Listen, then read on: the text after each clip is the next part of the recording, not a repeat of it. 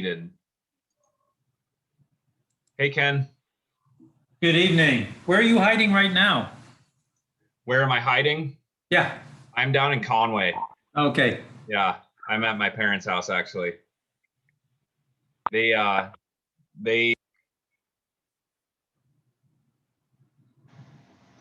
it was open.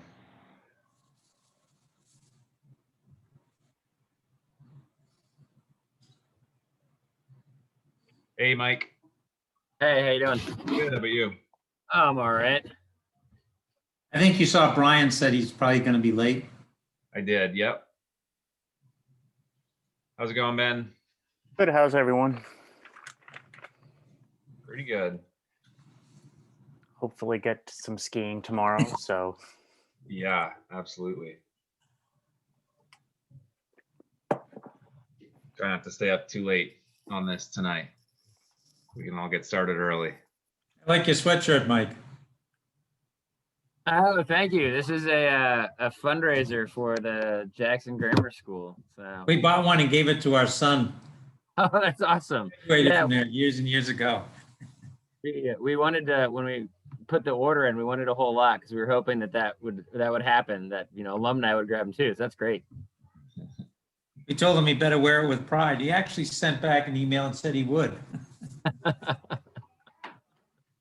So my idea that I pitched for the ski touring, I'm on the ski touring youth committee now, I guess.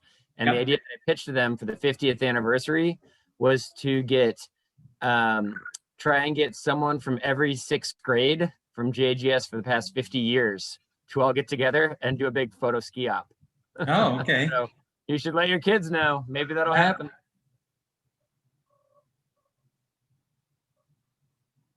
That might be an excuse I can get him to come back for. Where is he? He lives in Bethlehem, Pennsylvania. They're getting the big snowstorm. That's right. How much did they end up with or so far? I don't know. I talked to him the other night. He was headed to Buffalo on a work assignment today, so I don't know how his travel went. But they said Boston might get, that whole area might get 12, 15, 18 inches. I'm Yeah, hoping for I that heard up too. here. I mean, it's a classic nor'easter. In fact, I was out skiing with my wife and her soot ski out on Woodchuck, and I was watching the clouds, and I realized all of a sudden those clouds are going east to west. Normally they go west to east.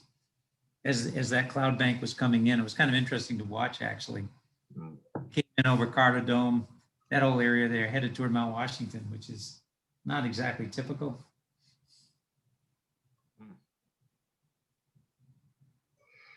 Well, yeah, I know Brian said he was going to be late, and I haven't heard from Tom, but he's obviously pretty busy these days. So we'll see if he can make it. But it seems like we could go ahead and get started with the folks that are here. I don't see anyone else in the waiting room. Might be a quiet meeting for a change. So yeah, let's go ahead and just get started with reviewing the minutes. Does anyone need me to pull them up so we can take a look at them? no. I'll move to approve. Second. Okay, great. No further discussion. All those in favor? Pam? Aye. Ben? Aye. Mike? Aye. Ken? Aye. I'm an aye. All right. Great. So next on the agenda was the Prospect Farm questionnaire results review, which we've been trying to get to, I think, for the last couple of meetings. Well, I guess it was just the last meeting, but there was a big response. I think there were something like 230 responses all said and done, which was quite a few more than I could have expected, honestly. But that's great. Thought we got some good feedback. I don't know whether folks had a chance to take a look at the little summary that I put together. It wasn't anything amazing, but I thought it gave a fairly good picture, and I'd be happy to just run through that real quick if we want to discuss the questions individually. Does that sound good? It does. And Jeff, I just wanted to say thanks first to you for organizing it. I think it'll accelerate this evening's discussion. Great. Good. No problem. Let me share my screen.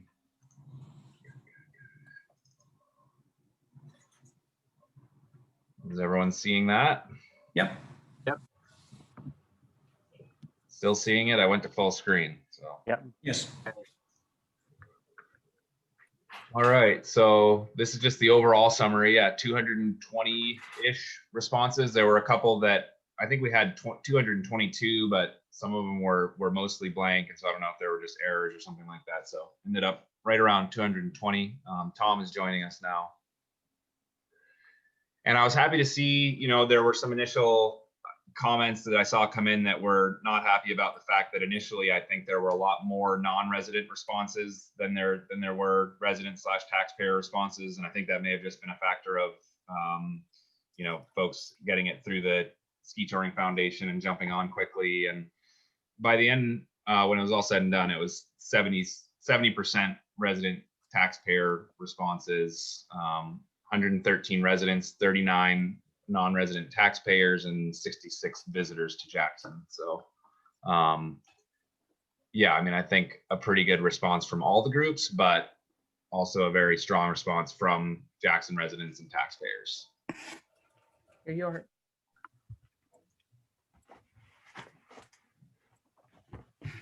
Did someone just say something? Sorry. Okay. Nope. Yeah, and then the only other large scale, big picture conclusion that I had was that I thought that for the most part, except for a couple of questions, the responses were pretty much aligned across all of the groups. And so despite the fact that there were some, you know, issues with the fact that we asked for responses from non-residents, the responses were largely the same regardless.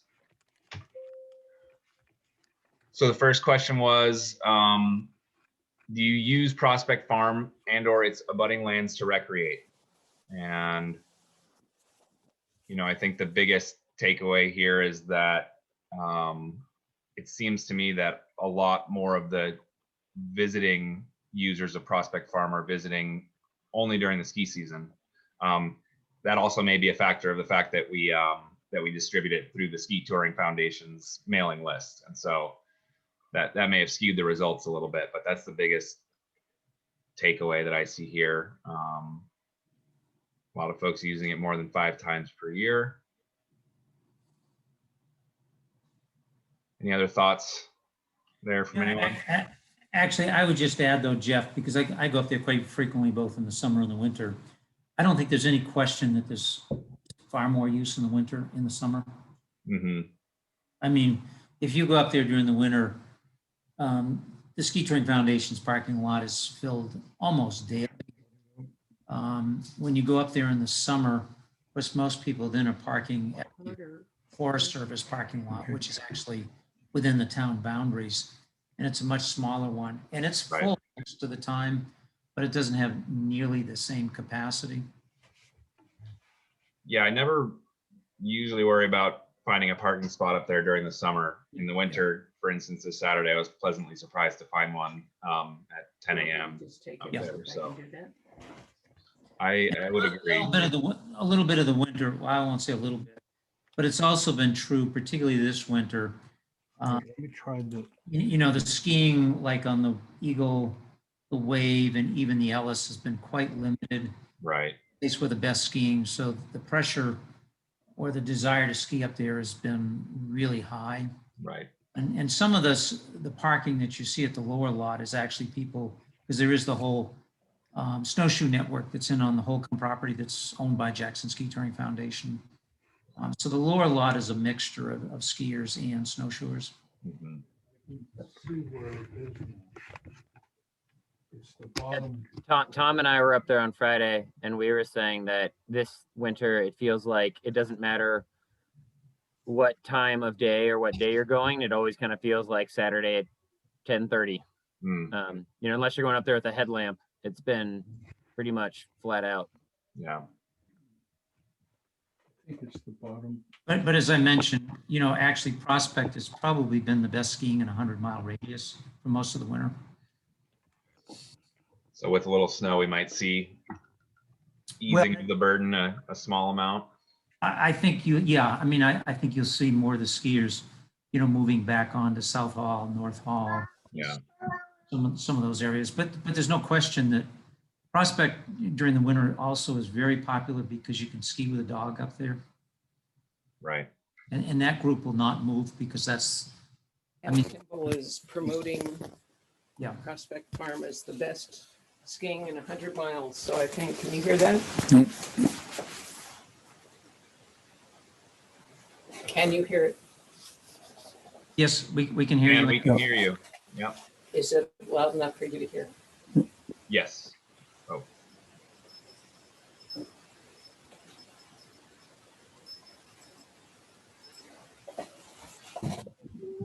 All right. So any further discussion on that question there? Seems like the takeaway is use is increase in the winter, especially amongst non-residents, I guess. Yeah, it's nice to see the numbers as they are, like kind of back up our guts, you know, in that in the wintertime, more of the people there are not from town because they're skiing. Mhm. But I guess it's also ultimately like a pretty small number of respondents we got out of, well, actually, I don't actually know how many people are up there all the time, but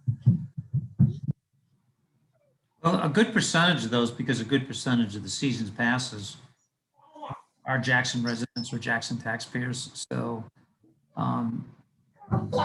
it's not surprising that you're seeing these statistics because Jackson residents and taxpayers make up the largest number of season's pass holders.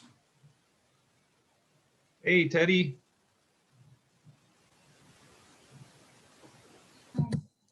Hi.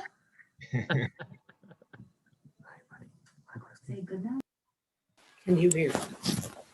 All right. Should we move on to the next question?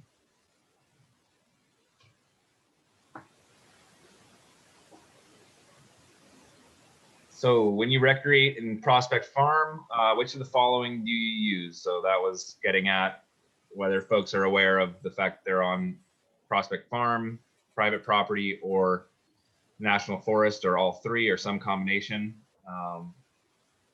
And the answers seem pretty even across the board here, which was that it was all three for the most part, or just a national forest and Prospect Farm, with some folks using all or just I guess just Prospect Farm. I was wondering if this is kind of a way to get at the breakdown of winter versus summer users, because if you're a summer user, you're almost by definition only on town property in the national forest. If you're a winter, you're all three, you know, at least for the parking lot. And I guess you can argue about whether the class 6 road is town or private property. But anyway, like maybe it's 60% people are winter and 40-ish% are summertime. Yeah, that could be.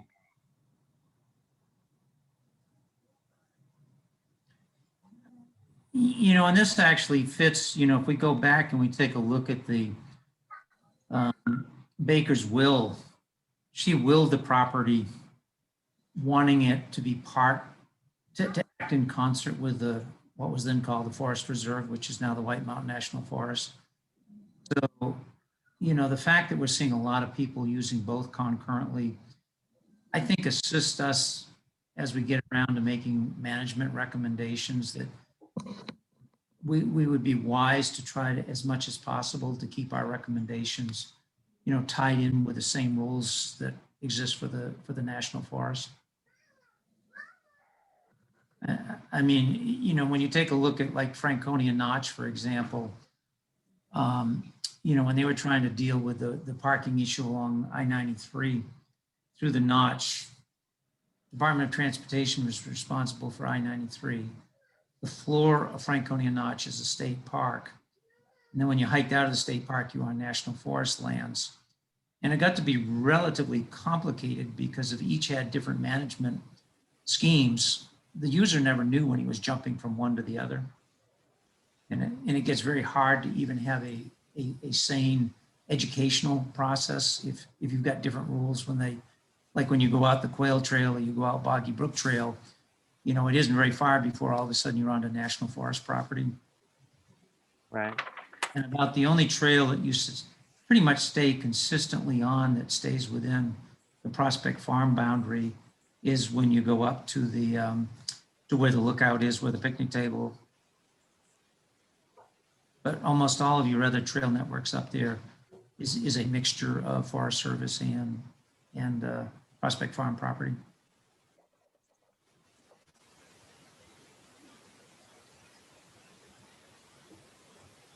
So I have written down that this might represent the seasonal use, like Tom said, and then that the fact that folks are using all three or Prospect Town property and National Forest, you know, means we should try to keep things consistent, I guess, is what you're saying, Ken. Yes. Okay. And that's not much different than, you know, historically what the town has done, because like the parking lot in the summer is actually built by the National Forest. It's on the town property, and that existed. I mean, that was built to serve the hiking trails that went out onto the National Forest. And the same is true actually with, you know, the logging roads like the Carter Notch Spur Road up near the orchard. You know, that was actually built by the National Forest System on town property so that they could access the National Forest land for logging, but it is now used by the town for both recreation as well as, you know, access into that area. A lot of symbiotic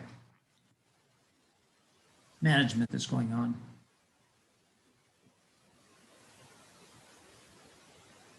All right, any other thoughts there? Move on to the next question.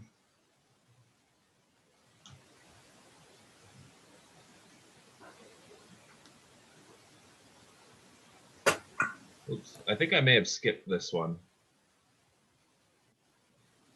This was, are you aware of the boundaries which preceded the which properties do you use?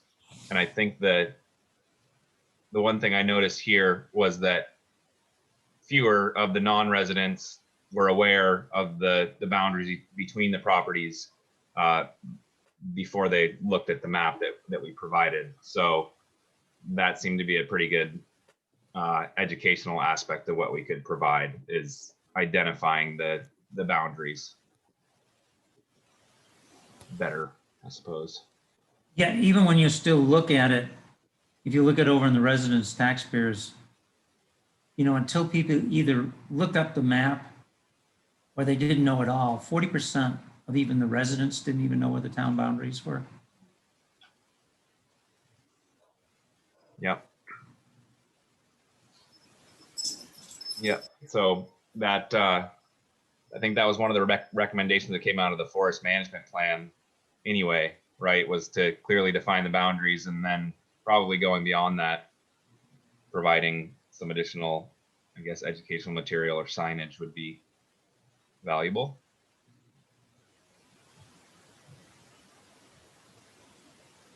I think this one for me kind of drives home a little bit like what we were saying about trying to stay in step with management practices that are going on adjacent lands, since people don't necessarily know that difference or see that difference. And one of the things I thought that we did a good job recently was signage, like when we re-signed the Hall's Ledge Trail, and we're trying to use more of like a standard Forest Service standard looking signs, I think are helpful. So in those kind of regards, like standardizing things so that it doesn't get too confusing or look weird as people try to navigate spaces.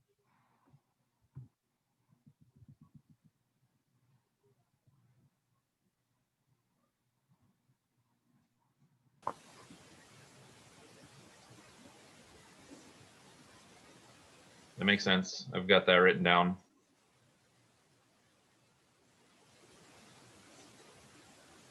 All right, any other thoughts there? Should we move on? All right. So this was, in what ways do you recreate at Prospect Farm or its abutting lands? And it seemed to me that these answers were pretty well aligned. Cross-country skiing, walking and hiking, snowshoeing, walking your dog. Those are the most popular uses.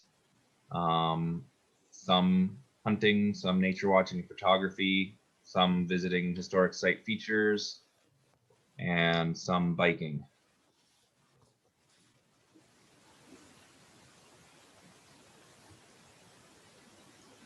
And even though we didn't differentiate the biking, and I don't know whether others had different observations, but the majority of the biking that I've observed up there has actually been families going out like Boggy Brook where they could bike and not, be worried about cars and that sort of stuff. But my observation is quite a few families up there with young kids biking, particularly on Boggy Brook. Yeah.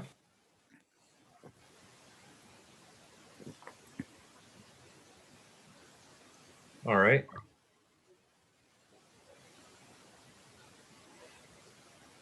When recreating at Prospect Farm, do you do so as a family, do so with friends, do so alone, or other? Again, I think the results here were fairly well aligned and supports what Ken just said, which is that most of them are doing it as a family. Looks like visitors come with friends or do so alone a little bit more than residents and taxpayers.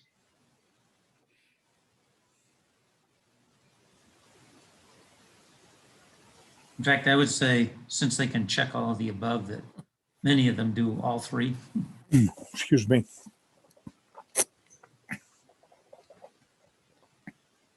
Did you want to say something, Dick?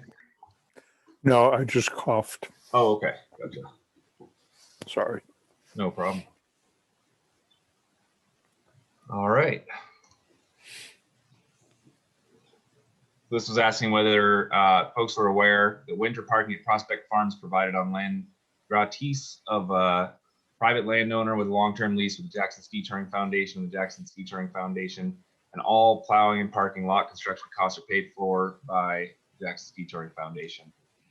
I guess I was kind of surprised to see that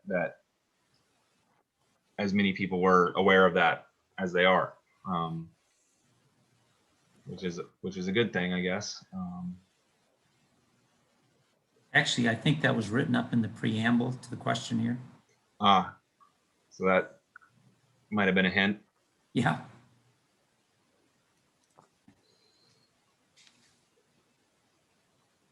Do we think that's something that we need to make more clear when people are arriving and getting out, or?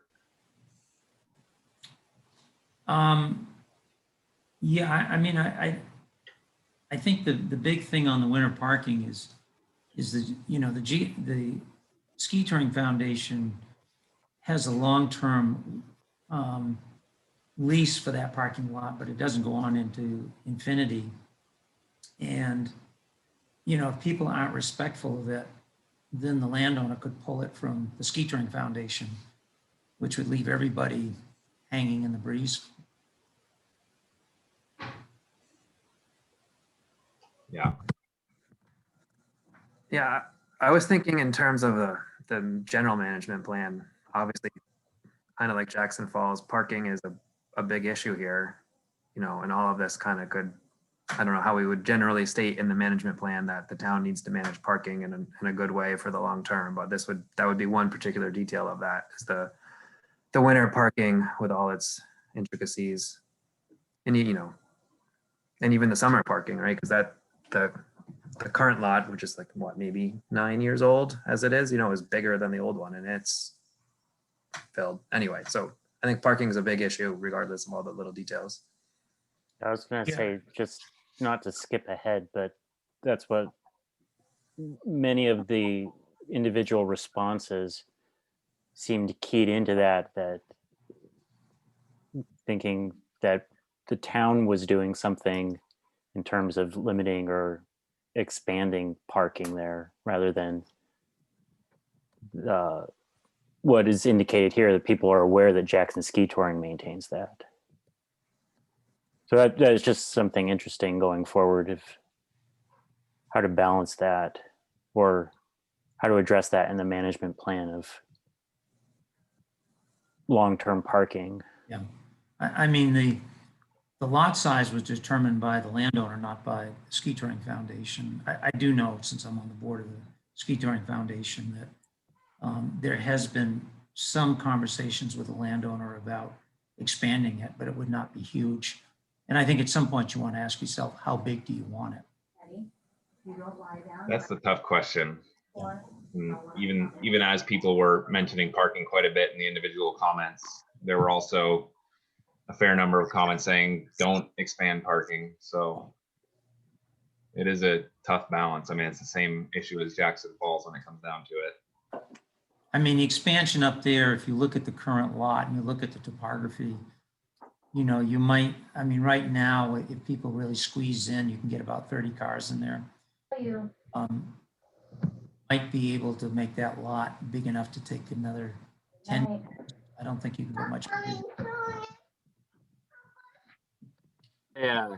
It's There's kind a of saying. ironic because the land on the other side is actually owned by the Ski Touring Foundation, but it does have a when it was donated to the Ski Touring Foundation, there was an existing conservation easement that prohibits parking lots on the other side on land owned by the Ski Touring Foundation. But the Ski Touring Foundation cannot put a parking lot there because the terms of the conservation easement that were in existence when that land was donated to the Ski Touring Foundation.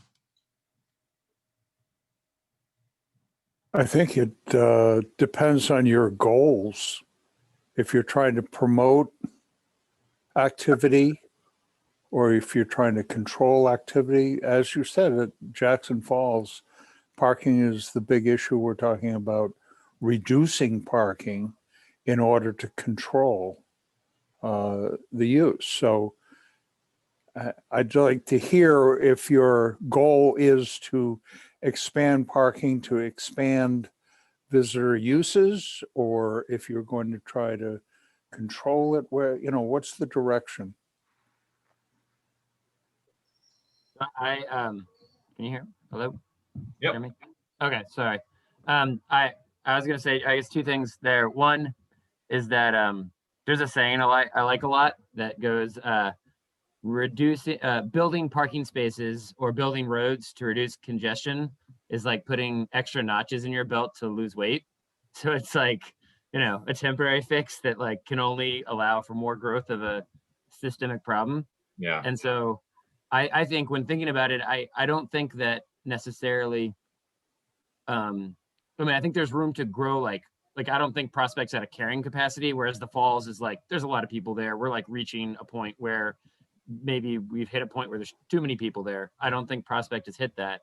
And I don't know, like honestly, I don't know if more parking at Prospect really would alleviate the issue or just you know, make it so that all right, 10 more cars can park, but then there's still going to be 20 more cars pulling around. And I realize this is like a pipe dream, but I would love to try and figure out how to run like a shuttle up there, like a weekend skier shuttle. I don't think we need it in the summer, right? So not a hiker shuttle, but like a skier shuttle on the weekends that ran, you know, from the ski touring spot or from the hotels up there. I realize that costs money, but something like either like a shuttle, or I also thought that I think a couple of weeks ago Ken suggested the idea of a reroute and renaming the Wildcat Valley Trail as a way to get people to park at like Rocky Branch or on 16 rather than take up a space at Prospect Farm all day is a really, really good idea as well. But I think that you know, more parking is great, but I don't think that's going to solve the problem at all. I think that'll just kick the can for, you know, a short amount of time.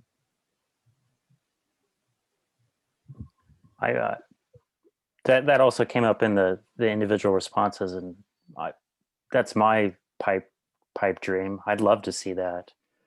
I think the Granite Backcountry Glades also could use something like that because they're maxed out on their parking areas at Maple Villa and some of the further ones out, but that something to look down the road for, definitely. Yeah, I guess I would tend to agree, Mike, that I feel like if you have a few more parking spaces there, they'll get filled up. Right now, people go up there and turn around and find somewhere else to ski, ideally. But I don't know that would solve any problems. Because I mentioned earlier, if the whole network is open because you got snow, the pressure on Prospect drops off. Yeah. And it gets to be more the, the people who want to get up there and ski with their dogs. But that's a pretty high number, actually, if you skied up there. But the take-home message I'm getting here is, one is if we can make those parking spots more functional by trying to divert those who are coming from the Wildcat, from the summit down, and get them to go park someplace else. Because when they occupy a parking spot, they occupy it for 8-10 hours. Most of the other skiers, if they go up and ski in the morning, they're out of there and somebody else can use that space in the afternoon. And I know that, the Ski Touring Foundation is very wide open to that. They'd like to see that happen, looking at, some routes that might possibly make that doable. Hmm. The other question would be is, even though it's outside of the Prospect boundaries, how would people feel if that lot was increased by, say, 10 spots? Which lot? The upper lot. Okay. The lower lot, I don't think you can change. And again, that final determination is made by the landowner, not by the Ski Touring Foundation. But if they're going to approach the landowner, you don't want the Ski Touring Foundation approaching it with a number that's different than what, the town folks might want.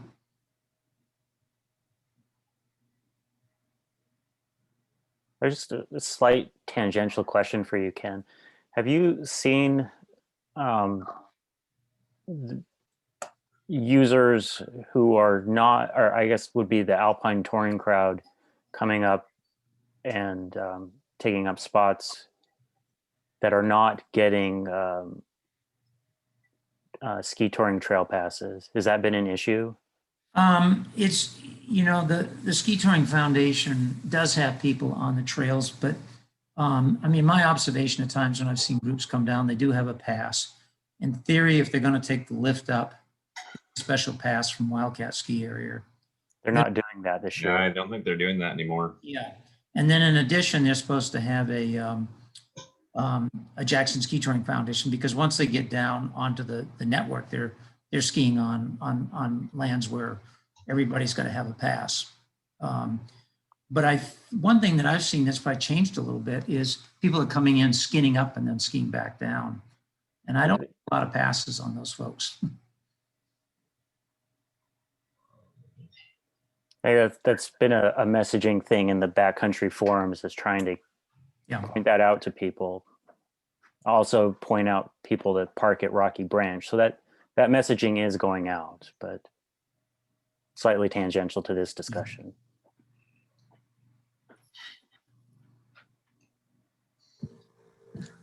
In a big picture, I guess it definitely seems like that, obviously parking is going to be a big part of a management plan, whether we need to get into the particulars, and then also identifying all these partners and working with them, whether we're the coordinator or not as the town, because I would assume any development that would head down to Route 16 would be entirely on the National Forest, potentially through the upper part of town property, but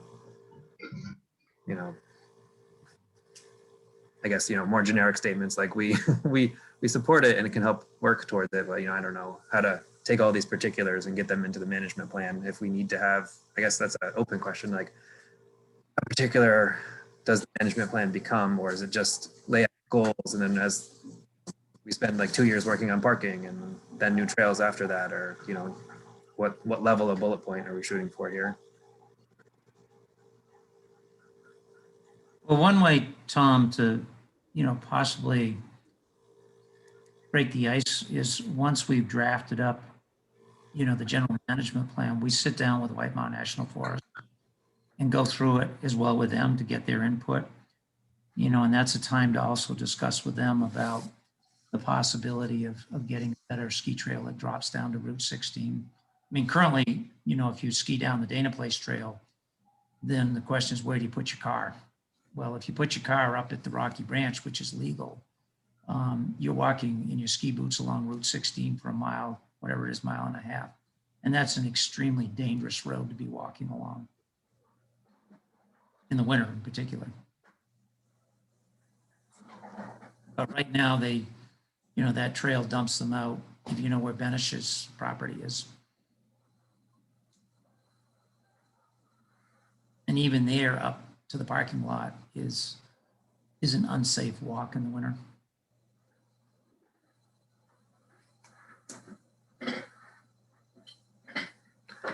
Is the outreach to the National Forest something we should do sooner than later, just to see if they have if they're already kind of developing a plan for that, or? Well, Joe Gill is probably the person that we would interact with first.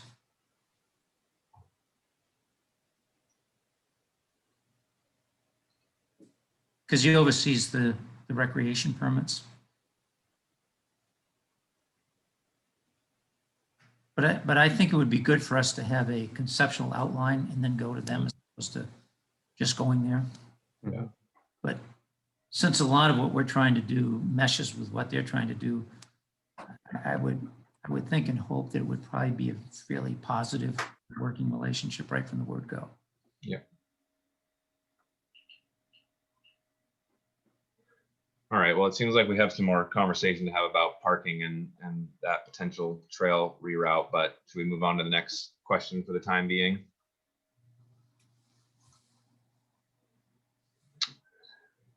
What recreational activities do you think should be permitted on the town-owned Prospect Farm property? And to me, it seemed like most of these were in line with things that folks were already doing, or kind of equivalent percentages corresponding to the things that folks said they were already doing. Some small numbers of votes for motorized use, but pretty limited. And I did see a lot of strong comments in the end, in the individual comments that talked about not allowing motorized use. So and if we go in that direction, we would have to change what currently has been passed. which is that Jackson residents can use a snow machine in the winter. Yeah, and as we've discussed before, it gets kind of funky because there's no place for them to legally park to get snowmobiling. And the history behind that was when the Conservation Commission first voted, I think in the 70s, if I remember the history correct, that snowmobiling was going to be permitted, but it had to be on a separate trail system. And then it was voted by the town not to allow snowmobiling. And then by petition, it was voted back to allow snowmobiling, but it never really clarified how you could legally do it up there. And whether, because you really don't want to be mixing cross-country skiing there. And for the safety reason, if for no other reason, but you don't want a snowmobile, for example, going up the Wildcat Valley Trail toward the Orchard with people skiing down. That's just an extremely dangerous scenario. So that's the mixed history we have out there. And I think when we put a recommendation forward, we're going to have to grapple with that as to how we want to proceed.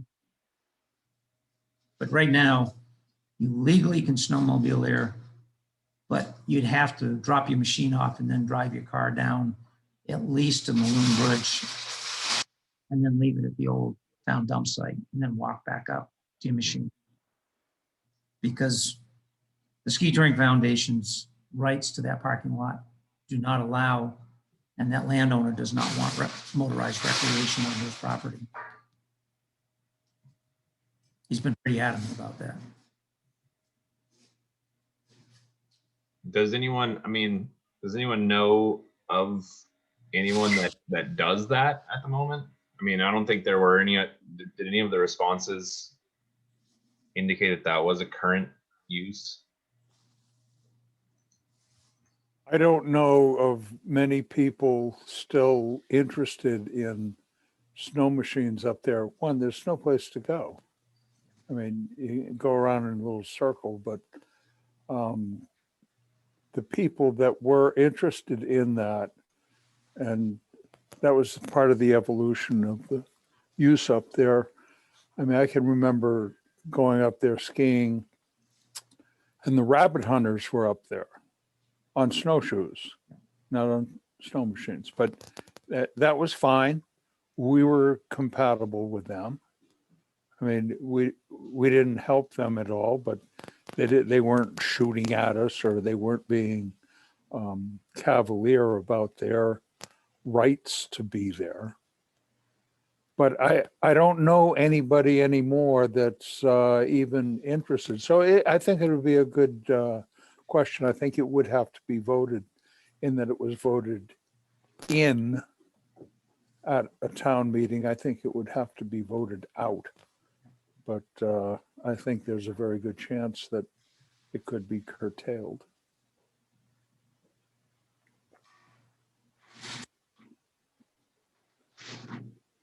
The other one that has, and I agree with you 100%, Dick, that it is on the books right now. And if we were going to do something, it would have to be, my understanding would be the same as yours. It has to be voted out.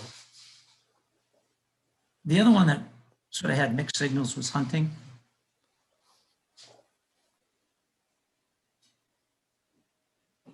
And I mean, that's been a long-term historic use. I do bump into people once in a while up there that are deer hunting. I mean, it's anybody that's walked through there, that's not great deer country, but they just like to hunt the high ridges and that sort of stuff. Hunting is permissible on the national forest land. Is not permissible on the private land. As we know, it's been posted this year for no hunting.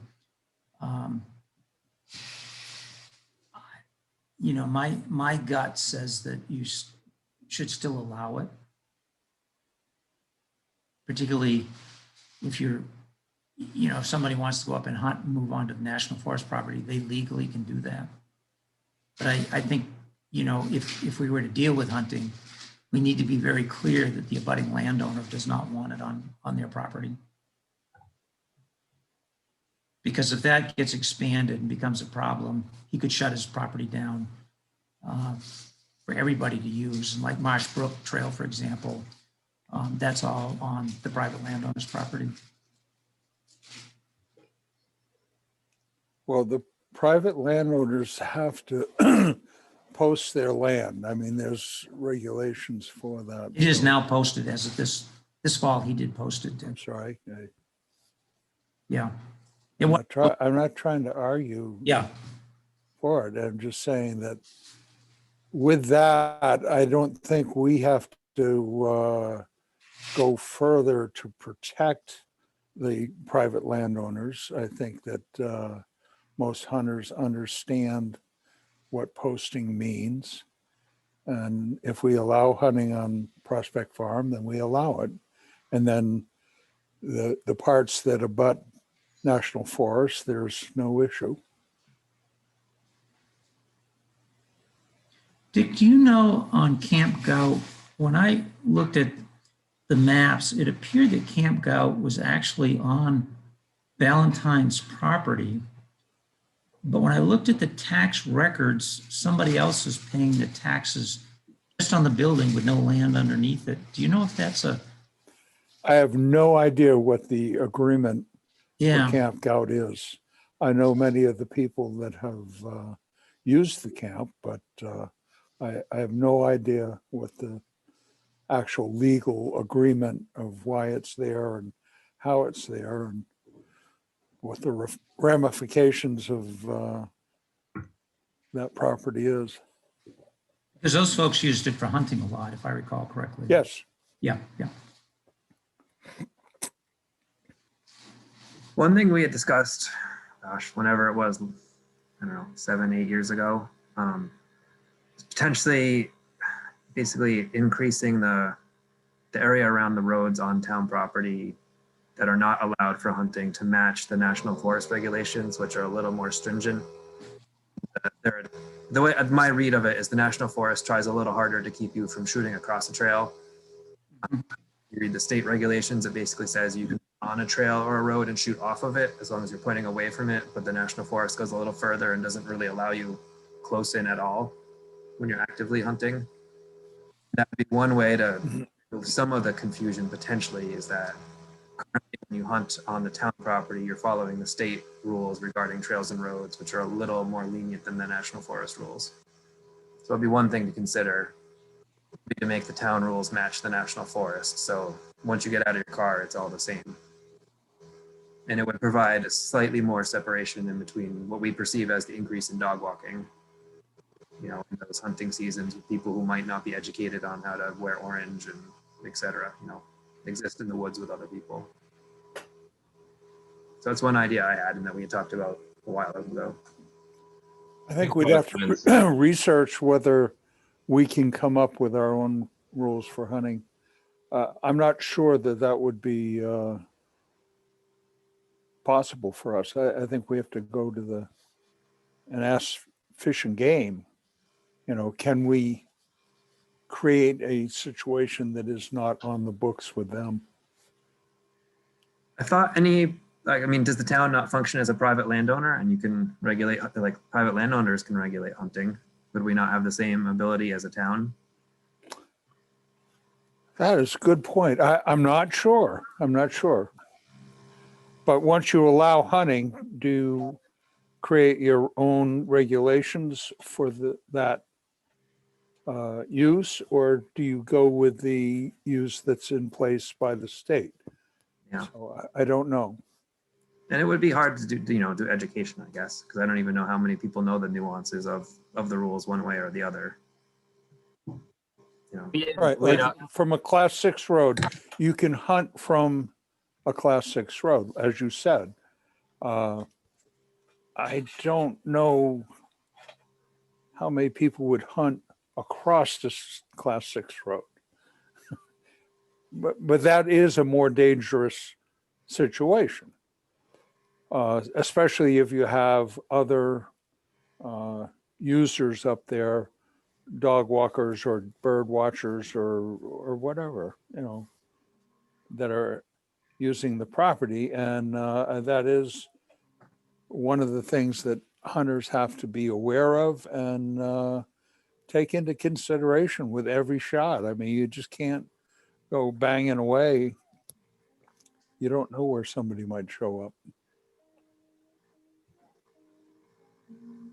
There in the questions, there were several people who mentioned that there had been tree stands, like permanent tree stands. Is anyone run across that, or? I believe there has to be written permission from the landowner, which would be the town, for a tree stand. And I believe it has to have the name of the user available on it. And I'm not sure if it doesn't have to be taken down at the end of the season. I think Brian has mentioned a few times that there were stands there. Yeah, I remember him saying that last fall or something like that. Yeah. I think the one that I knew of that people were most concerned about, which was by the orchard, which is really close to where people walk, I think that one has been removed. And I don't know if there are others that are of concern. And Dick's right. I don't know, you know, the town would have to approve it in writing going forward. Well, I think in addition to what Dick mentioned about needing landowner approval, the same was also true about bear baiting. Yes.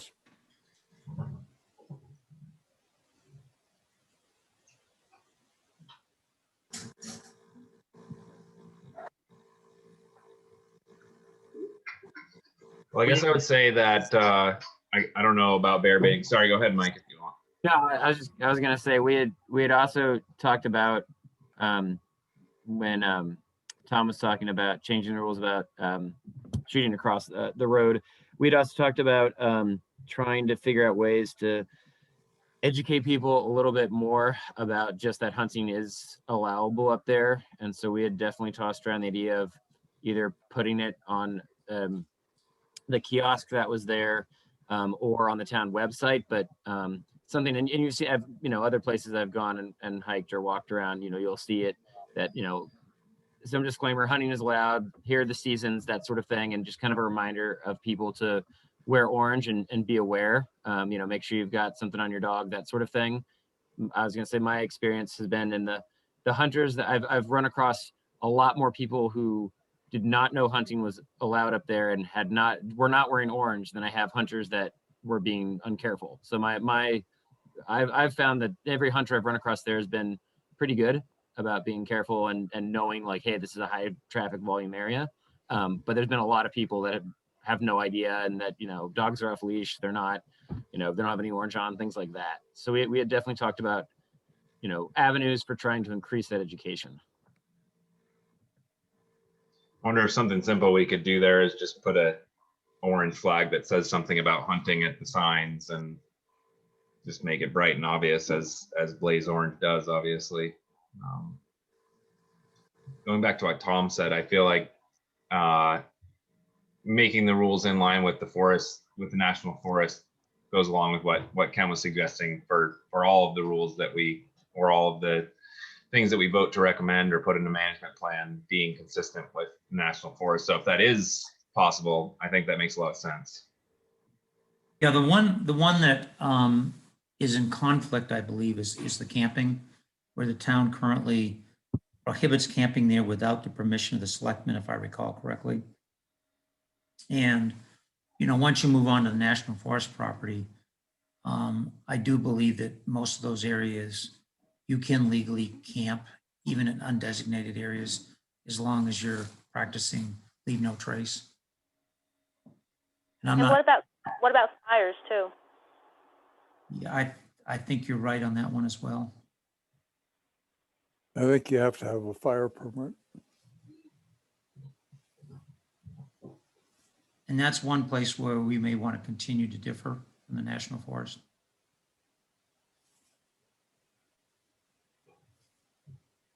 In that you do need a permit on Prospect. From the select, yeah. Because I'm not sure that, a very popular place to camp would be up where the picnic table is with the big viewpoint up near Hall's Ledge. I feel like the town needing permission to camp is in keeping, I guess, with the intent of some of the national forest rules, which generally prohibit camping within a quarter mile of any developed site. So parking lots, major roads, major trails, and if you did that, if you drew a quarter mile boundary around everything in Prospect Farm, you're pretty close to no camping in Prospect Farm, but following the forest rules. And this kind of allows a special privilege to townspeople, on town land in that regard. And I think that original rule was so that the grammar school, they used to have like the fourth graders or somebody would annually go up there and camp. And I think that's why that was written in, is to allow them to continue that practice. Yes, Dexter Harding used to bring the kids up. I don't know if it was just his class or anyway, it was a wonderful thing. It really opened up that whole world to some young kids that probably take it with them forever. They dug a latrine, they did the whole thing, and it was very successful. Vic, do you know if there's been any requests, since Dexter brought kids up there? Not that I know of.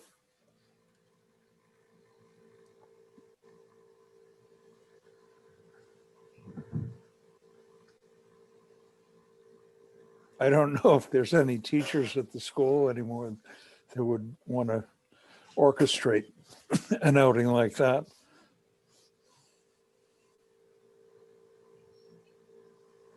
The only other one that I think is worth discussing potentially at some point in greater depth is the mountain biking on yet to be developed trails. There did seem to be a fair amount of support, or there was, I guess, mixed support for that, because obviously half of the people who responded didn't check that box, but half of them did. So there is a fair amount of support for it. There obviously aren't single track trails there now. That would be, yeah, it seems like that would be something we'd want to address in the management plan. I'm getting Stella in 15 days.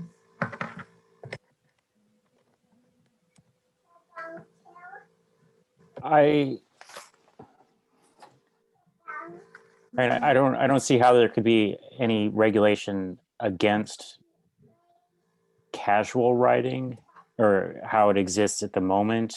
And I think if, you know, unless there was additional infrastructure to support mountain biking or aggressive or, you know, single track, that would probably require its own separate trail system. So I don't know if that needs to be carved out or just we'll leave that into the future.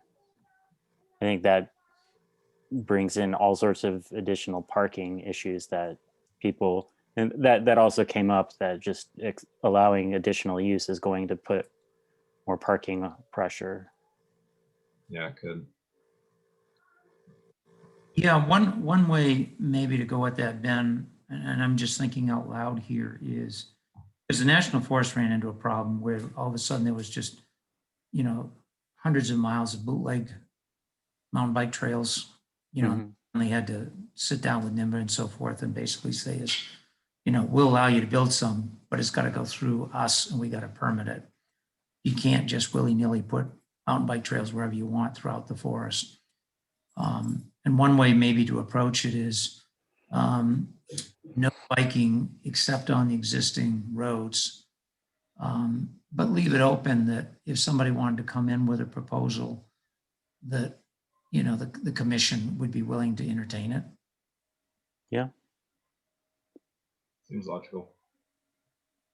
Because I think any logical system up there, very similar to the ski and the hiking that goes on even on the roads, it would be hard to build a network just within that 450 acres. You know, And it also, it depends on whether you want to promote or conserve. So, Yeah. you know, if you're going to open it up for more and more activity, you do have to think about more and more parking. You have to think about the impact on the land of more and more people, of more and more use. So, you know, just figure out what you want to stand for.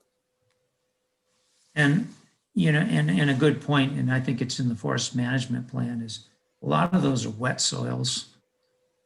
You know, a lot of that area is not conducive to good trail building.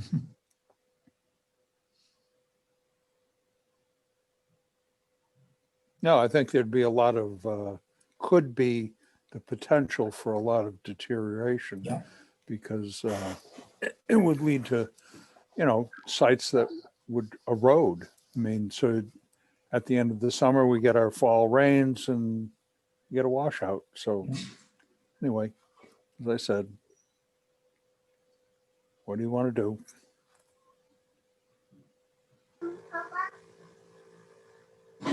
Hear you, buddy. He put on his headphones and he's in a meeting. Ken, your approach sounds reasonable for the management plan, basically to not specifically carve out a plan for mountain biking, but to say that, yeah, a proposal could be submitted and considered at some point. But I agree with you too, Dick.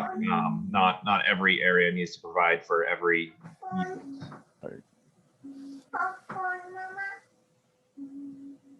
So, you know, I think because one of us is going to have to sit down and start drafting the next components to the management plan, but am I hearing, you know, there's currently the position would be no off existing trail road biking. And if there was going to be a proposal submitted.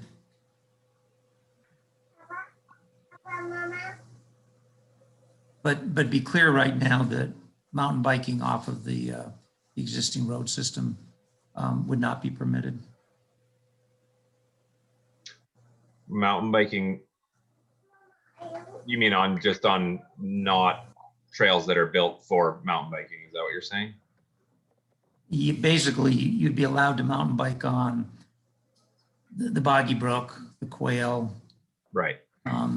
I do know that people do, you'll see the tire tracks once in a while that people are going all the way up the Hall's Ledge. But to be honest, there's a lot of water that runs down that trail. That's not the best mountain biking trail. you know, the Beth Hendrick, those loops there. Very few people, I think, do it because it's a pretty strenuous bike, to say the least.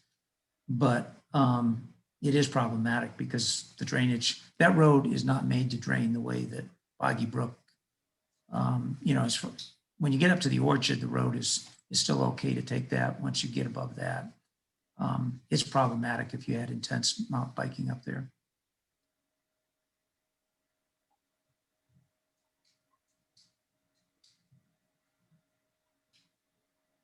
And how about the new, I don't even know how to call them, electric bikes, but the assisted bikes?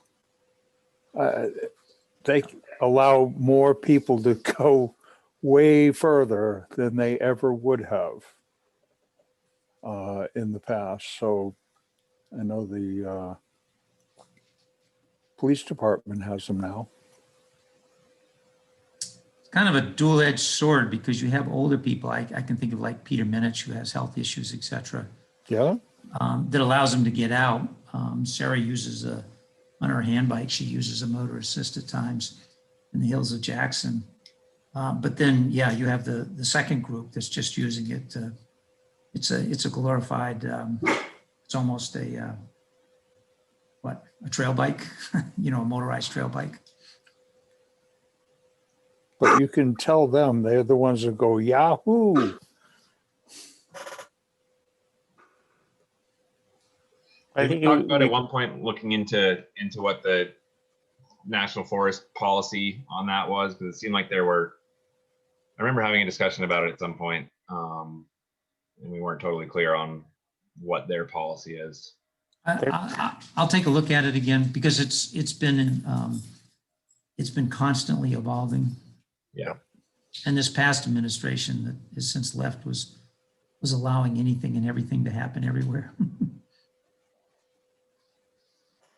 The last I looked, that there wasn't any comprehensive policy, but I think the breakdown of classification types is a good indicator that we can just say anything that has, I think that there's a speed limit Oh, yeah. as how much power it'll allow you to go, and it's basically just for pedal assistance. It does, you can't, you know, ride it like a motorcycle and with a throttle. It's just to help with the pedaling. So I think the industry has a classification format that we could just say will allow, I can't remember, type 1 but not type 3.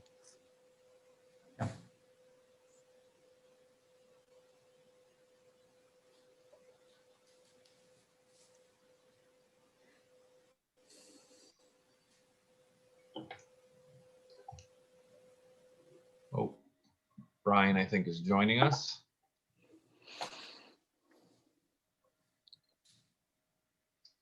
All right, anything else to discuss on this question?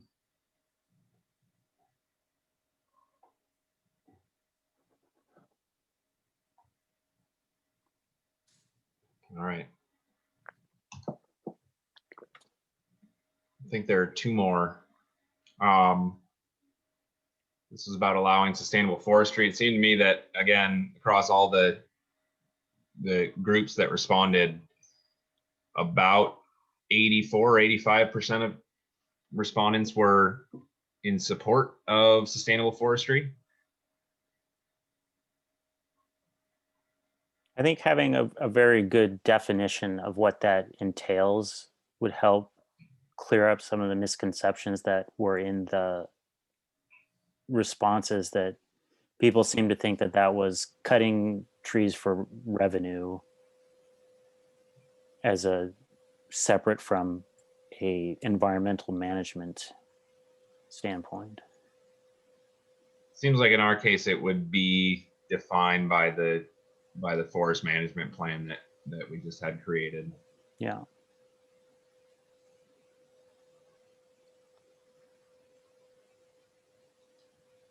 All right. I do think that something that's just interesting just to note or to think a little bit about, something that I was talking, again, this was with Tom on Friday, we're skiing on the Carter Notch Spur Trail, and it occurred to us that while 100% we want to promote sustainable forestry, and cutting for wildlife and having some really successful things like that. As we're on that spur trail, you get that beautiful sweeping view, which is the remnants of a clear cut that's now growing back. And so we're talking a little bit about, as we move forward and think a little bit about this, just what does that mean? Like we can't, you can't really cut for a view shed in that same manner because it was a big cut that opened up those views that are all kind of looking over to Black Mountain and even south a little bit and then up towards the Notch. And so I'm pretty sure that we have in there that, cutting to maintain views and things like that, but just, I don't know, something to kind of consider and think a little bit about, which I am personally fine with. I'm fine with that view growing back up and in. I don't think we need to log such large stands for big views, but something to kind of think about as we move forward, that there are elements that we would lose like that. And that I could see some people not liking that as much.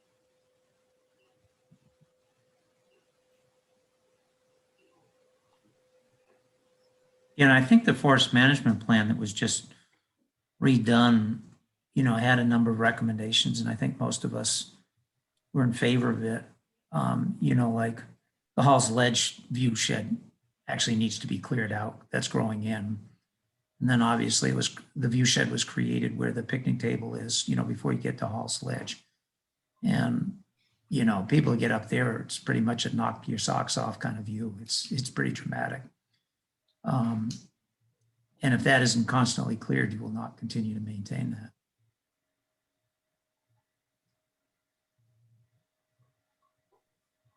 Yeah, I think that one in particular, amongst a couple of others, we agreed to continue maintaining. And I think there were a few of the old historic view sheds as well that have kind of grown in that I think the forest stewardship plan had sort of suggested to clear them back out. Mm-hmm. Do we know if we have like a catalog of those, or those? I didn't know. I probably should read through the forest management plan again, just to make sure that those are listed somewhere, so they can, kind of a record like, oh, hey, here are the, the ones by. I mean, a lot of them are because it's by a big memorial rock or something, so they're easy to note. But I didn't know if it would be worth it to kind of keep a record of that, so we have an idea of where those views are and which ones are. Oh, that's a historical view, or that was just a fir wave, or that was just a big, windstorm that came in, that sort of thing. But maybe that's already in that forest management plan and I'm blanking on it. I think they're identified on the map, Mike. I don't remember whether it goes into that level of detail that you're talking about, though, Mike. That would be nice.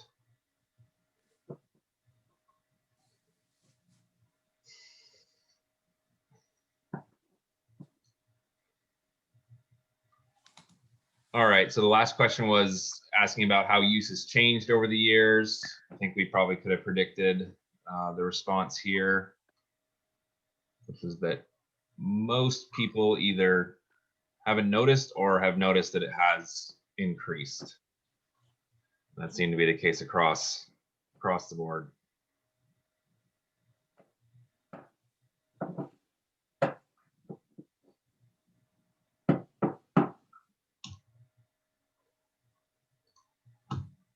So that's that. I guess, Ken, I would kind of ask you what you think the next steps for that plan are now that we have that information, public input.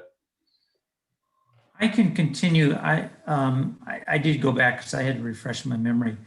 You remember we had circulated from the subgroup essentially the steps that we thought needed to be done. And we drafted the introduction and the background section. And then chapter 2 is going to be sort of the property description, much of that, which is in Tim Nolan's forest stewardship plan, ecological settings. There's some additional stuff to add there, but a lot of that is also in the forest stewardship plan. There's no need to be redundant on that. And then the 4th chapter we'd outlined was just recreation, which is the current use. I think this questionnaire will help us kind of fill that in. And then the last section, which is sort of the conclusions, recommendations, which is, we've been touching on during this call, can do one of two things. I can try to draft the rest of the document, based on this input and circulate it to Mike and to Brian, who are on the subcommittee, get their input, and then bring it back to the full committee, which is what we've been discussing as the plan.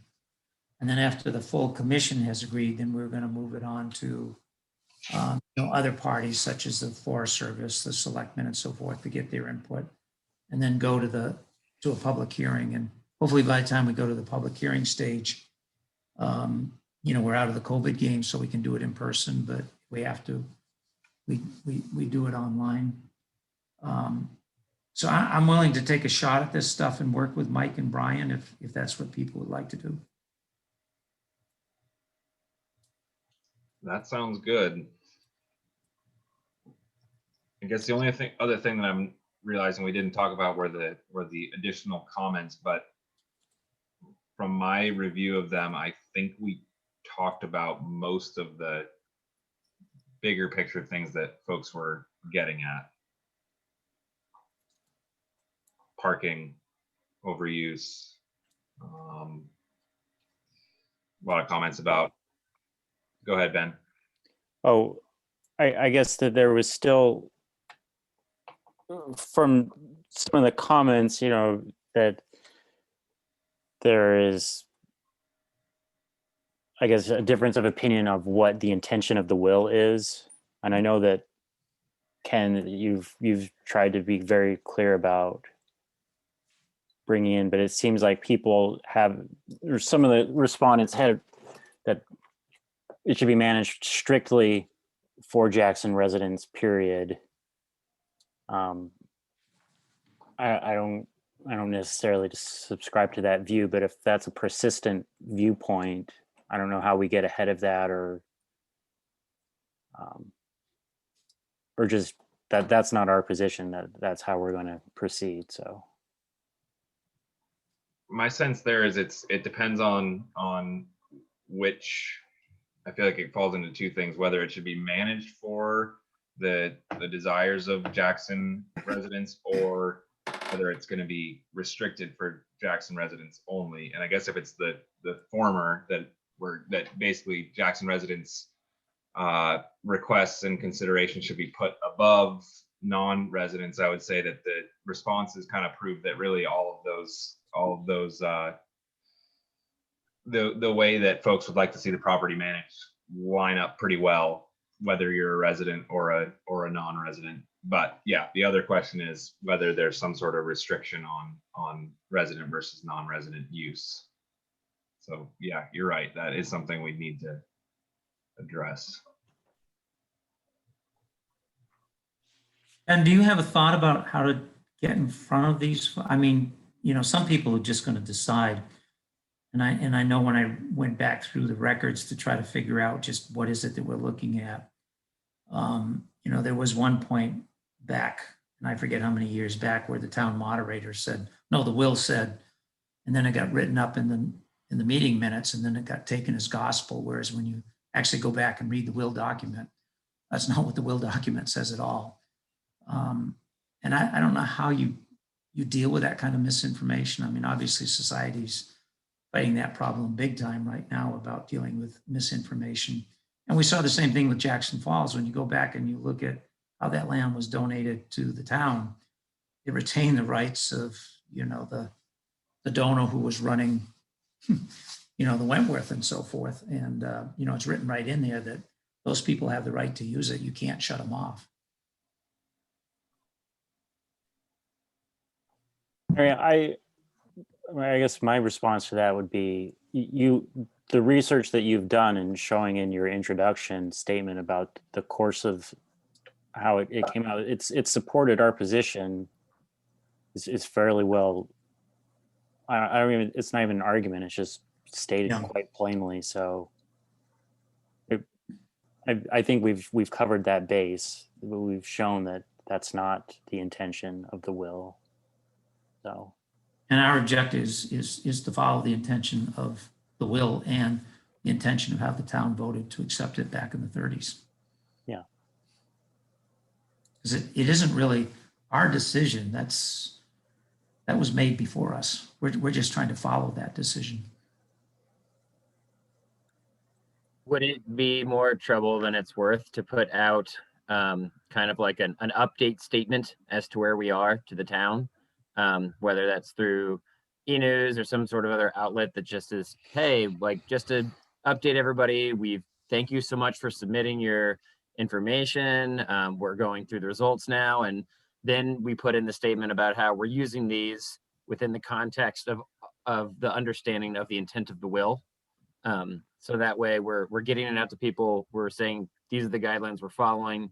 This is the intent of the will, but it's presented, as an update to let people know what's going on. So that way, whenever they see this management plan or hear about it at a town meeting later on, they don't feel like they've been blindsided, or they don't feel like, oh, how did they come to that decision? And we can say, well, actually, we put out this statement, at the beginning of the, as we were forming this management plan, that's helping guide us. Makes sense. I'd be happy to help put that together. We could also include, even though it doesn't look pretty necessarily, we could include the summary of the responses to demonstrate that folks were generally aligned in their views. So Yeah, that's pretty powerful. That is actually in that first chapter that we wrote in the management plan, as well as was in the introductory letter that went out with a questionnaire, because part of the purpose was to educate people. You might have certain wishes, but if they don't match what is legal out there, at least know what's legal before you put down your opinions.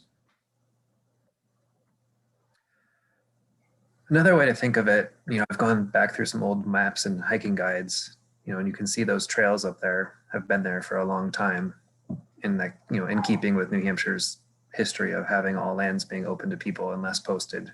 That all kind of fits together with the same story of a historical trail network at the end of the road that was given to the town to carry on the owner's intent, et cetera, et cetera.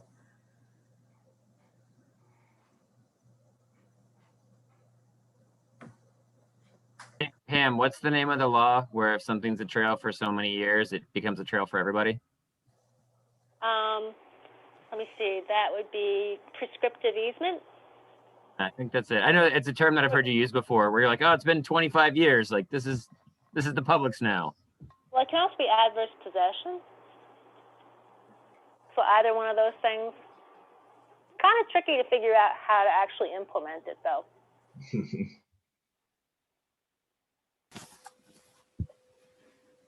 But if you just say it to someone, they might take your word for it. That's true. Otherwise, it involves a lawsuit.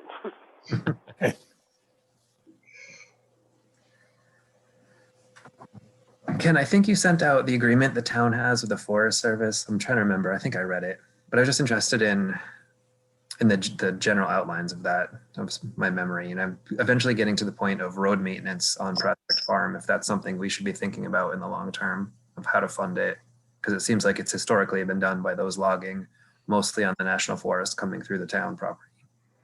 Yeah, I have to go back, Tom, because like you, I did dig those up, and I think I did circulate some of those. And Dick, I don't know whether you remember or not, but there are agreements between the town and the Forest Service on those roads. I just don't know. Yes, when they wanted to access their logging sales across or it was advantageous to come across the town land, they did write up a document to leave the road in, with water bars and some, they didn't want it all rutted up by skidders and then have them drive away. So that there were some agreements. I don't know exactly what the wording was.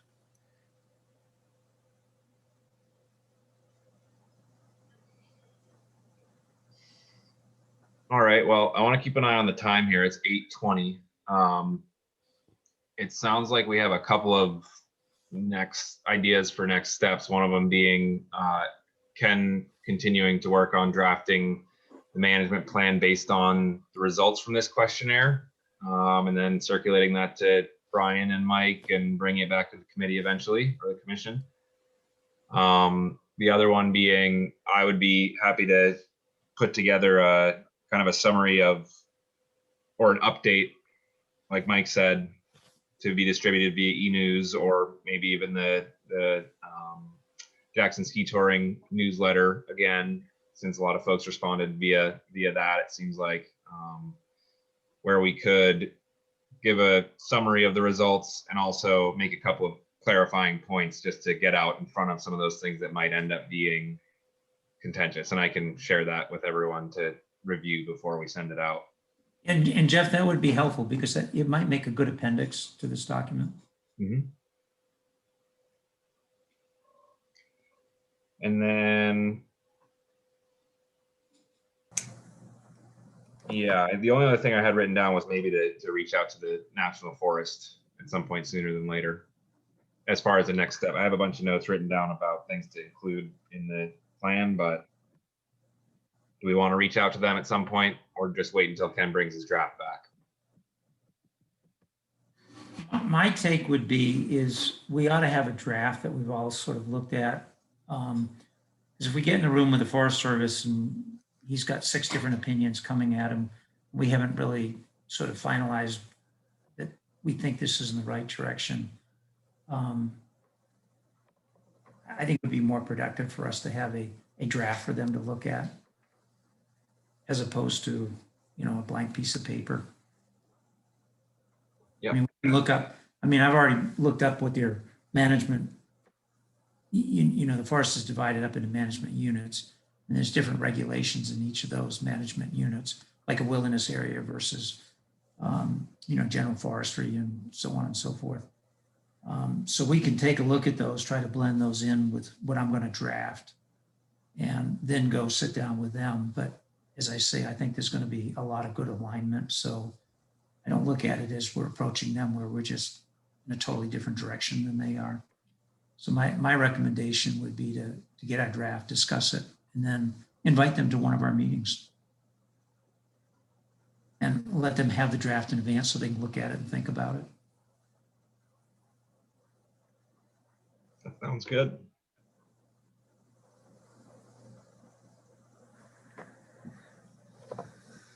Does that wrap up our discussion on Prospect Farm for tonight? Anything else anyone wants to discuss?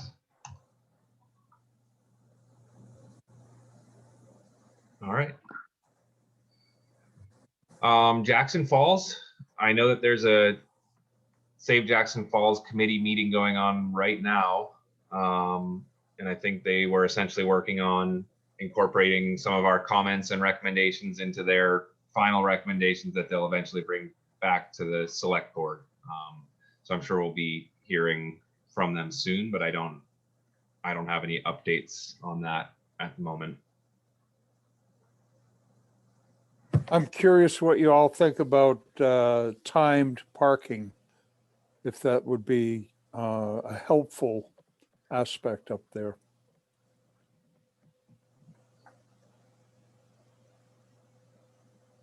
Like something beyond just a 15-minute drop off, like a 1 Yeah, hour like a parking? 2, you know, maybe a 2-hour parking limit that allows, I guess, you know, a visitor to come in, park, stay for a while and take some pictures. But it isn't, you know, if you're going to camp out there for the day, you got to go park someplace else. You know, either get dropped off and walk in or something. But I thought it would alleviate some of the problem. It's not going to solve all our problems there, but it might be an aspect of the parking problem that we could put in place. It might be helpful, but I also want to hear from other people.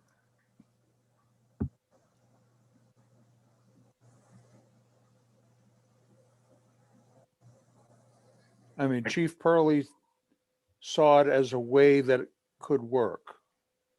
So I put it out to you. Do you see it as a way that could be helpful? Dick, my recollection from the last meeting, we discussed it and we were concerned that it was unenforceable. Has Chief Burley indicated how we thought it might work? So I think it's an intriguing idea, but you know, like many rules, if there's zero enforcement, then they just become abused and laughed at.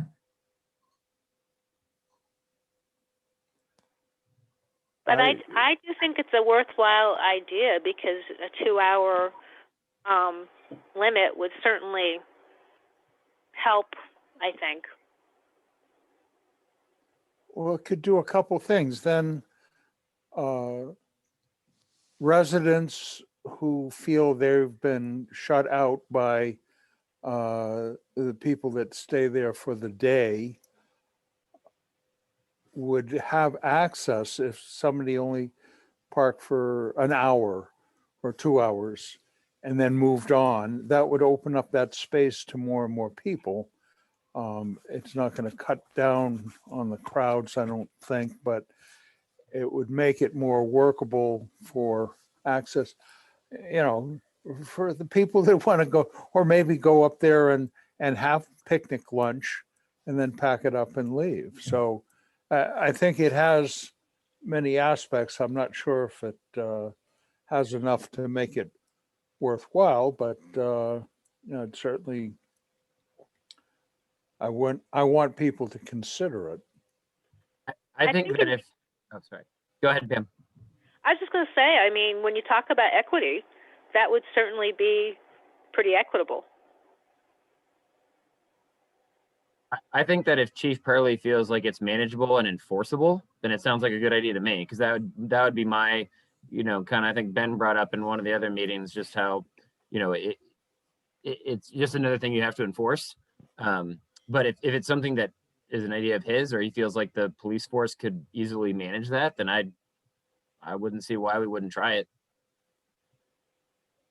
Okay, because he explained how you could, you know, pretty quickly, it's not enough cars to tax anybody, but you chalk the tires, you do a chalk, you know, a yellow chalk check on the tires, and you come back in 2 hours and there it is again. So you, I don't know, get on a bullhorn and say, hey, whoever, Massachusetts 80942, it's, you have to move your car, or you're going to get a ticket. He also said that raising the parking fine doesn't necessarily deter the parking problem, because people then just go tear up the ticket. At $50, they go, okay, I should, or 25, whatever it is, I'll pay the ticket, but once it goes up high enough, they go, I'm not gonna pay that. So it's not a enforcement problem, it's a collection problem.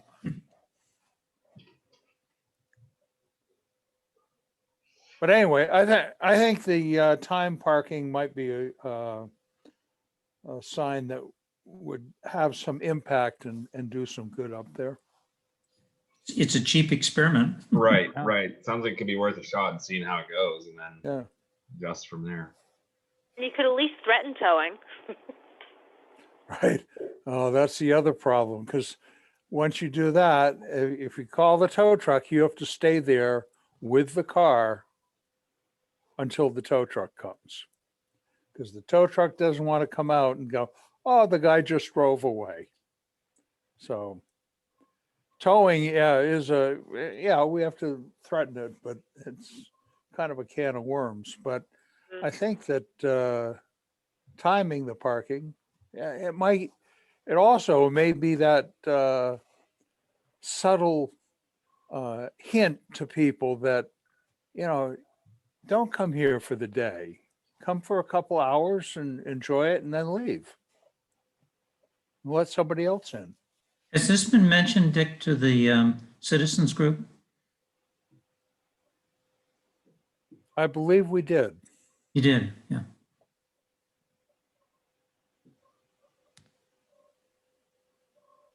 Yes, because they made a presentation at our meeting that, yes, it was brought up at that time, and the chief was in on that meeting, and I think there was understanding of the process. Because Jeff, if I recall correctly, when you did the summary and we took votes going down through, we had sort of put the commission on record as not going in that direction. Should we reconsider that right now? I don't recall the time parking being a specific thing that we actually discussed, but I can actually open that up right now and just check. Dick, when was your meeting? Well, that would have been not this last one, the one before. So there's 3 weeks ago So tomorrow. it's since our last meeting. Okay. Yes, it was after the conservation, right, the conservation was on a Monday, and that meeting was on a Tuesday. And how did that presentation go? It was lengthy.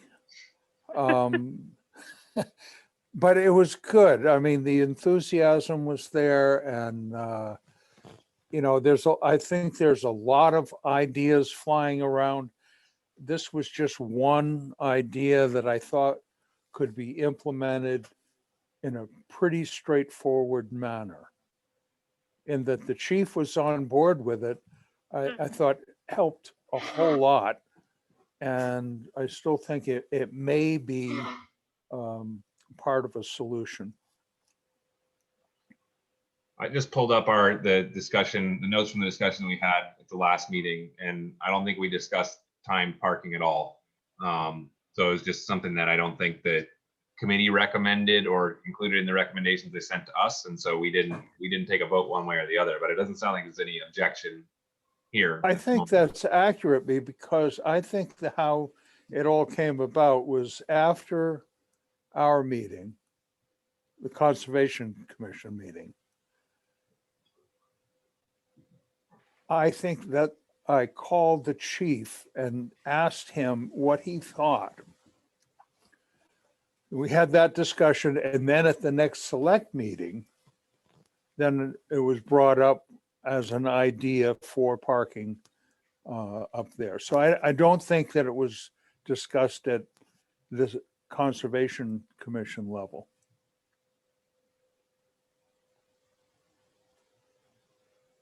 I Jeff, think you're accurate. Jeff, you've done it. You've found the answer. would you want a motion just to amend, the votes that we had last time, that the commission would be in favor of trying that experiment, understanding the police department is favorable to it, or? I don't think it amends anything. I think you can just go ahead and make the statement. If you want to vote on it, great, and it'll show, solidarity and put it forward. I only put it forward, Dick, because we voted, I think, on all the other elements. But it was never discussed, so I don't think it's an amendment. Sure, we could consider that motion. Ken, do you want to make that motion? I made it. All right. Is there a second? I'll second it. Tom seconds. All right. Any further discussion? Seeing none, I'll go through the roll call. All those in favor, Pam? Yes? Brian? Brian's abstaining. Tom? Yes. Mike? Aye. Ben? Aye. Ken? Yes. I'm a yes. All right. Well, I guess that answers the question, Dick.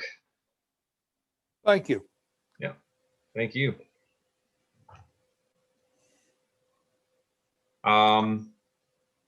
Anything else on Jackson Falls?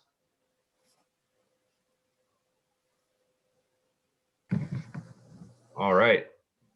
I do have a quick update on the Dundee project, which is just that William Abbott reached out and let me know that the land trust at this time is not going to continue to pursue a donation from the town. However, as the project progresses and they get closer to, having it fully funded and kind of finding out exactly how a donation from the town of both Jackson and Bartlett would fit into their overall funding for the project. They do plan to come back and approach the Conservation Commission or the town or both with a proposal for some sort of donation. And so it sounds like that would take place in 2022 at this point. Not this year, and not something that they want to try to rush before town meeting or anything like that. So that was the update from William. Sounds like we can just kind of table that for the time being. So Jeff, does that mean they've changed the timeline? I mean, not just for that request, but the project timeline? My conversation with William was that they needed to line up that money for the forest legacy and so forth by the end of the year. Yeah. My understanding is that he didn't say anything about the timeline changing specifically, but it sounds like they will have opportunity in 2022 to continue seeking funding for it. So I guess I don't know for sure, but I don't think we need to take any action on it at the moment, although it sounds like there are some other things going on in town that may contribute otherwise. So I'll just try to keep everyone posted.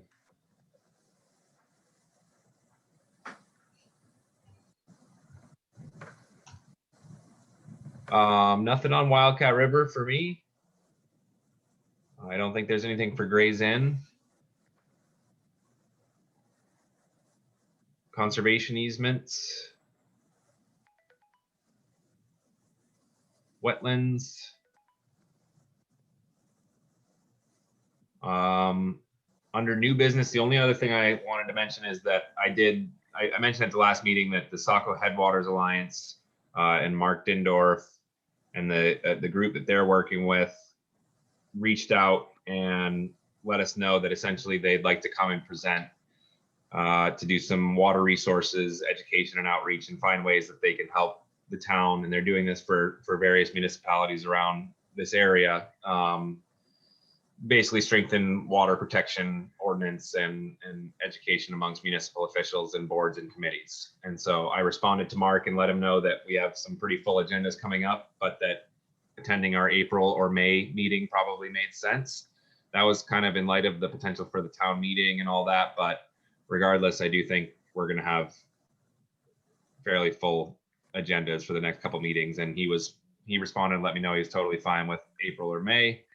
And now the only other thing, Dick, I know that Bill Terry had basically reached out and said that we'd like to do a coordinated effort amongst the select board, the planning board, and the conservation commission. So my hope would be that essentially you, Dick, and a representative from the planning board, whether it's Bill Terry or someone else, could attend that April or May conservation commission meeting to have representation from all of those groups there. Yeah. Yes, from me, yes. Great. It sounded like Bill was on board with Yep. something of that nature as well. And Jeff and Dick, I'm sure you know better than any of us, but I just saw on Jackson E-News that the town meeting has been postponed until May. Is that correct? That's correct. Jeff, do you know when Mark is going to come? If there's a number of regulations that they're hoping the various towns will adopt, will he have a list of those and then a checklist of towns have implemented which ones? I think that's part of what they're trying to develop, is that kind of list and database. But I think for the moment, it's basically just outreach, get a sense for what the priorities of different boards and towns are, and then work with those boards to accomplish those things. And so I know one of the things that group and the land trust have highlighted in the past is the model drinking water ordinance. And that was something that I think the planning board started to take up at one point before I think short-term rentals took the priority last year or the year before. Sure did. Right. But there are a couple of towns within the Saco watershed that have adopted and passed that into their ordinance, and I think would be something good to pick back up here in Jackson. And so I think that's one of the priorities, but among others. Yeah, I mean, if Mark has some of those documents and can, get them to us in advance and we can at least skim them, it might help accelerate, the discussion from the elementary level to a little bit more depth. Yeah, absolutely. I would imagine they'll plan to send some materials over in advance, Yeah. but I can reach out and let them know. That would be helpful.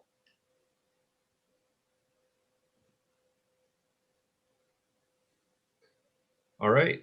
I imagine there's not going to be any public comment tonight. So I will make a motion to adjourn the meeting. Is there a second? Second. Right. several seconds. All those in favor, Ken, Yes. Ben, Aye. Mike, Aye. Tom, Yes. Brian, Yes. Pam, Yes. and I'm a yes. All right. Well, thanks everyone. Thanks, Jeff. Thanks, Thanks. Jeff. Be in touch. Jeff, See everyone. Yeah. did Jeff can you help me how I can get into the meeting more gracefully than I did tonight? Yeah. I guess I'm not sure what the specific problem you're having was, but what was going on? I went to the e-news, Mm-hmm. got the, sign for the meeting, but then I couldn't get into the meeting. Oh, I didn't have a password or something. I had the correct meeting number. mm-hmm. So do I have to contact you to get a password in? Well, I've been sending it out with the password in an email, and maybe I should make sure I'm sending it to the right email, but I've been including, I think it was just dbennett@jacksonnh.org, as well as Julie Hoyt and Julie Atwell. And so the agenda that goes out through the e-news doesn't have the password explicitly listed there. But you should be getting the email that I'm sending out that has the password in it. Oh, okay, then I just didn't look in my emails far enough because I get 100 of them. Yeah. I didn't go back down far enough to, get the right one. So that'll be fine.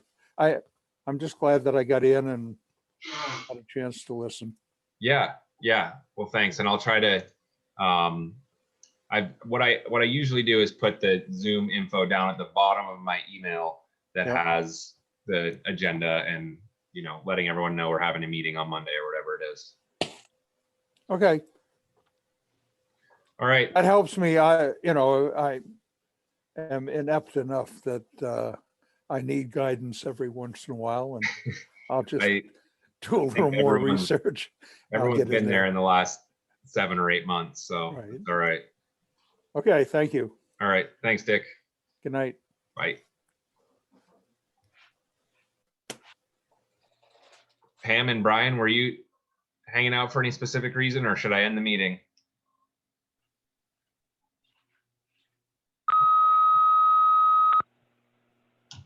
Good night.